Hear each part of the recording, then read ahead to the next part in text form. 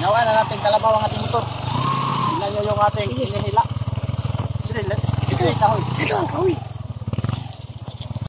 Let's go guys. Yun. Nakakapagod kasi buhatin, kaya ang ginawa natin, ayan. Ginawa na lang natin kalabaw yung ating motor. Tingnan nyo. So yun, dalawang kahoy ang ating hihilain. Subukan natin kung kakayanin ba ihila ang kahoy na ito. Subukan natin.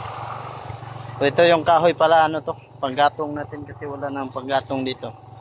Kaya susubukan nating hihilain. Sana hindi tayo tumumba. Medyo mabigat-bigat din to kasi tayo nga nahihirapan pagbuhat dito. Yun. Medyo mataas naman dito motor na to. Oh, ganyan na motor. X-stage ito. Ginawa lang natin panghila ng kahoy. Let's go. Tara.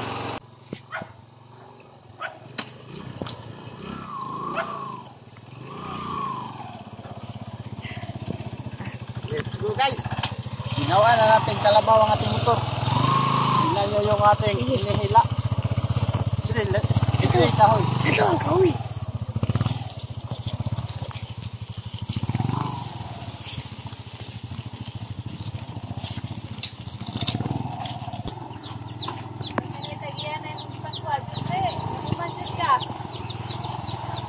Ayos, ayos. Nakarating din tayo. Ayos yung style natin paghila. Oh. Dahil wala tayong kalabaw, ito na yung ano natin. Ginawa na natin kalabaw yung ating motor. O maayos na pagtali. Ayan. Lagyan lang natin ng ano. Binakasan lang natin to.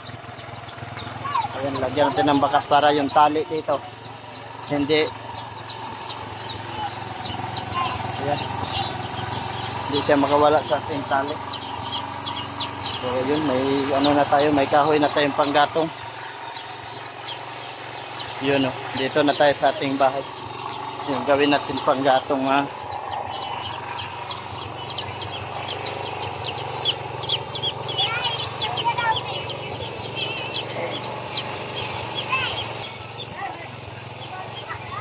Yun. May ano, may hihilain pa tayong isa. Balikan na lang natin yung isa. Ayan. Balikan na lang natin to. Unahin lang natin to. Tanggalan ng tali oh. Kawawa yung motor natin. Dito na tayo sa area guys. So padilim na. Ito na kahoy yung hihilain natin. Ayan.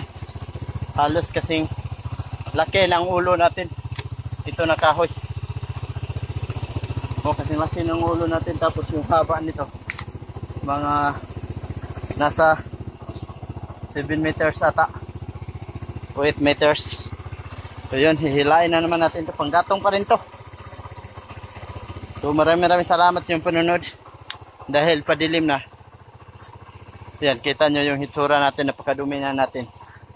Dahil padilim na, hindi ko na lang videohan yung paghila namin. So dito kami dadaan. Mahirap din to daanan dito at saka napakasukal. So kaya naman sa ating motor kasi yung motor natin medyo malaki din. Ayan. So kaya naman niya madaanan. At least hindi tayo mapagod ng husto, no.